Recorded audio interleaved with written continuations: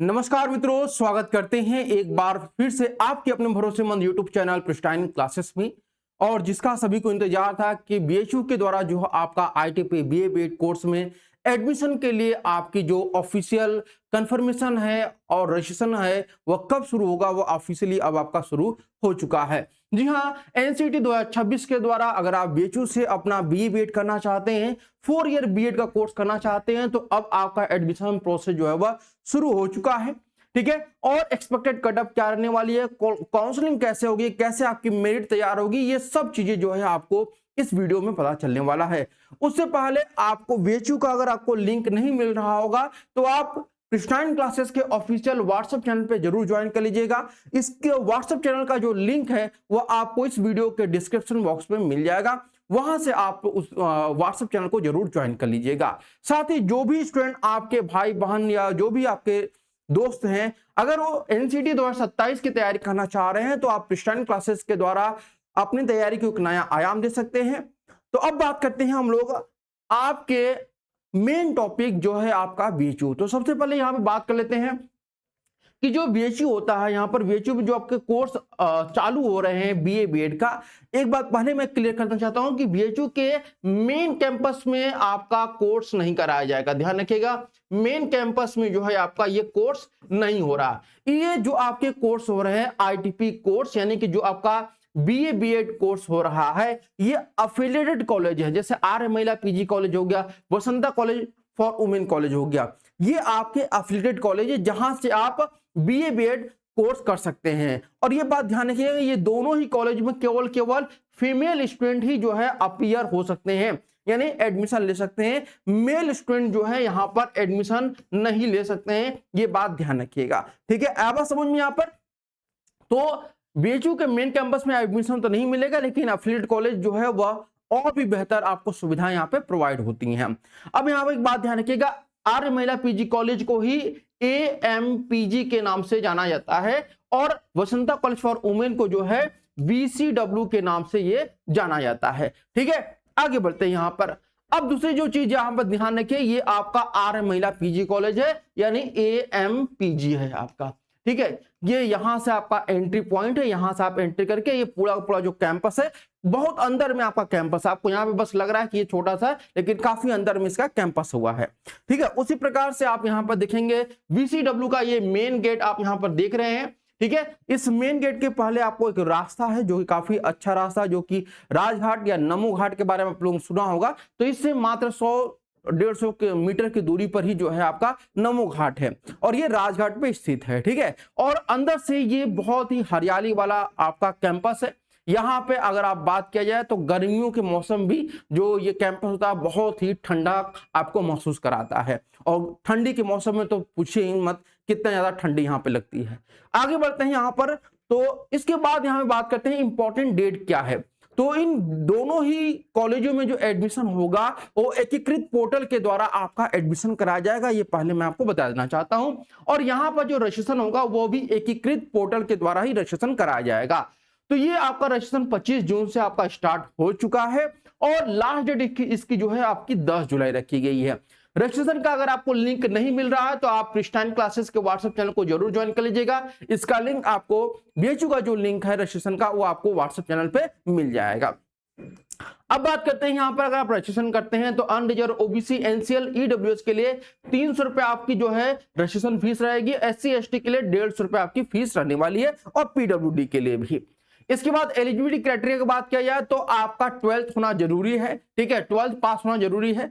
Second चीज कि आपने एनसीईटी 2026 का एग्जामिनेशन दिया हो, फिर से दोहरा रहा हूं, एनसीईटी 2026 के द्वारा का एग्जाम आपने दिया होगा। सीयूटी के द्वारा यहाँ पर एडमिशन नहीं हो रहा है। सीयूटी के द्वारा यहाँ पर केवल बीए में एडमिशन होता है, एनसीईटी के द्वारा बीए बीएड में एडमिशन होता है। ठीक है, तीसरी जो बात है आपका कि मैक्सिमम एज यहां पर क्राइटेरिया रखा गया कि आपकी जो एज है वो 22 ईयर्स से ज्यादा नहीं होनी चाहिए। और तीसरी जो इंपॉर्टेंट बात है वह यह है कि 3 ईयर से ज्यादा आपका गैप भी नहीं होना चाहिए। अगर 3 ईयर से ज्यादा आपका गैप है तो भी आपको यहां पर एडमिशन नहीं मिल पाएगा। अगली जो इंपॉर्टेंट बात है कि आपने एनसीईटी का एग्जामिनेशन जरूर दिया हो और सभी के सभी 7 सब्जेक्ट में जो है आपने अपीयर किया होना जरूरी होगा। ठीक है, अब बात समझ में। आगे बात करते हैं यहाँ पर सबसे इंपॉर्टेंट जो बात है सीट इंटेक्स की, यानी कि कितनी सीटें कहां पर है। तो वसंता कॉलेज फॉर वुमेन में देखा जाए तो रेगुलर और पेड, इस यहाँ पर दो तरह की सीटें होती हैं। आप आईटीपी के जितने भी आपके कॉलेज, लगभग 300 कॉलेज हैं, इस प्रकार का जो सीट आपका इंटेक वो कहीं आपको देखने को नहीं मिलेगा। कहीं कई जगह पे आपको होम स्टेट और आउट स्टेट का आपको पैटर्न देखने को मिलेगा। लेकिन यहाँ पे क्या है कि रेगुलर सीट और आपका पेड सीट, रेगुलर सीट क्या होता है, पेड सीट क्या होता है, पहले इसको भी हम लोग क्लियर कर लेते हैं। रेगुलर सीट जैसे आपका मेड बनता है, उस मेड के बेस पर आपका एडमिशन होता है और जो नॉर्मल फीस होती है वो नॉर्मल फीस आपको पे करनी होती है। लेकिन पेड सीट में क्या होता है कि अगर आपका मेरिट में नाम नहीं आता है और 1-2 नंबर कम रह जाता है तो आप जो है वेटिंग लिस्ट में रहते हैं, तो वेटिंग लिस्ट वालों को पेड सीट के लिए ऑफर दिया जाता है। तो पेड सीट में जो फीस लगती है लगभग 14 से 15 हजार रुपए आपको एक्स्ट्रा पे करना होता है और वो सीट आपको मिल जाती है मेरिट के अकॉर्डिंग। ऐसा नहीं कि किसी को रैंडमली उठाकर पेड सीट में एडमिशन दे दिया जाएगा, नहीं। आपका नंबर अगर मेरिट लिस्ट में 2-3 नंबर इधर उधर हो रहा है तो आपको एडमिशन के चांसेस रहते हैं, वही पेड सीट होता है। पेड सीट में पेड का मतलब ये पैसा ज्यादा देना आपका, ठीक है। रेगुलर में आपके अनरिजर्व की 17 सीटें हैं और पेड में 3 सीटें हैं। वैसे आर्य महिला पीजी कॉलेज में भी सेम आपका स्ट्रक्चर है सीट का। ईडब्ल्यूएस में 4 सीटें हैं और पेड में 1 सीटें हैं। एससी कैटेगरी में आपकी जो है 6 सीटें हैं और 1 सीट आपकी जो है पेड की है। एसटी में देखा जाए तो 3 सीटें आपकी एसटी के है, 1 भी सीट पेड ग्रुप में नहीं है आपकी रहती है। ओबीसी के लिए 11 सीटें हैं और पेड में आपकी 2 सीटें हैं। पीडब्ल्यूडी के लिए 2 सीटें हैं, ठीक है। ईडब्ल्यूएस का मतलब होता है एम्प्लॉय वार्ड, जैसे बीएचयू का किसी के बीएचयू में अगर आपके मामा मम्मी पापा अगर एम्प्लॉय हैं वहां पे कार्य कर रहे हैं तो उसका रिजर्वेशन आपको मिलता है, तो 2 सीट उनके लिए रिजर्व रहती हैं। यहाँ पर इन ईडब्ल्यूएस यानी जो एम्प्लॉय वार्ड के स्टूडेंट होते हैं उनकी जो कटअप होते हैं वो 50 नंबर भी अगर आपके होते हैं तो भी आपका एडमिशन हो जाता है। आया बात समझ में। तो टोटल जो है रेगुलर सीट के लिए 43 सीटें है वीसीडब्ल्यू में और 7 सीटें जो है पेड सीट में, यानी कि टोटल मिलाकर देखा जाए तो 50 सीट जो है आपकी वीसीडब्ल्यू में है और आर्य महिला कॉलेज में भी आपका जो है 50 सीटें हैं। और सेम वही चीज आपको यहाँ पर भी आर्य महिला पीजी कॉलेज में देखने को मिलेगा।